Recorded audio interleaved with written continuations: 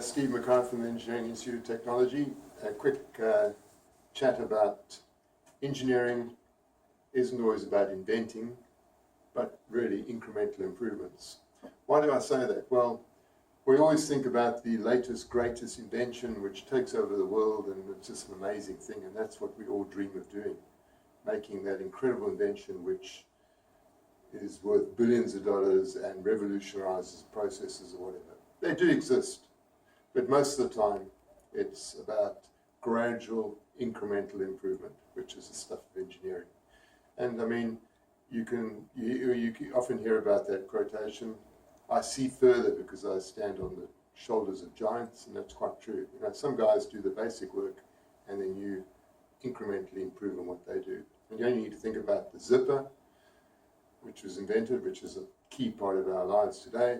Everyone has one, zipper for your clothes, and of course it was invented by a guy from a thing called a class locker, and even before then there was a thing called automatic clothing, continuous clothing closure. So these devices were for the zipper, and of course we all know what happened with the zipper. It's a key part of our lives today.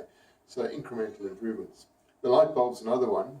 Thomas Edison supposedly invented the light bulb, and certainly he had a major claim to fame there. But the first guy who invented it, or one of the first, I would say, is Davy in the early 1800s when he used a platinum filament. Obviously it wasn't as successful as Thomas Edison's one, which took over the world. So again, incremental improvements. And we also know with improvements in engineering, and I know personally when it comes to software particularly, is that when you think there's an improvement, it's actually going back in time, and performance, reliability, everything drops off. So sometimes improvements aren't actually improvements.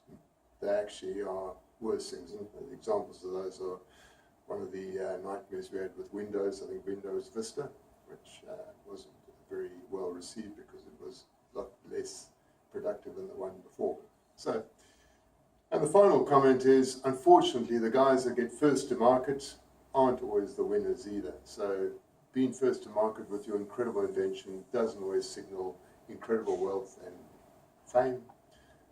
I think of the one I used, a spreadsheet package I used in 1981 by a guy put together a spreadsheet package called VisiCalc, a guy called Dan Bricklin, amazing package, came out, we could change everything with it.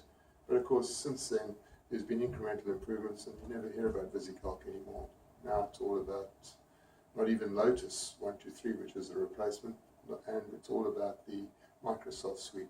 So, all in all, bear in mind it's always about incremental improvements on people that have gone ahead of you before. That's all from me, Steve Mackay, Engineering Institute of Technology. Thank you.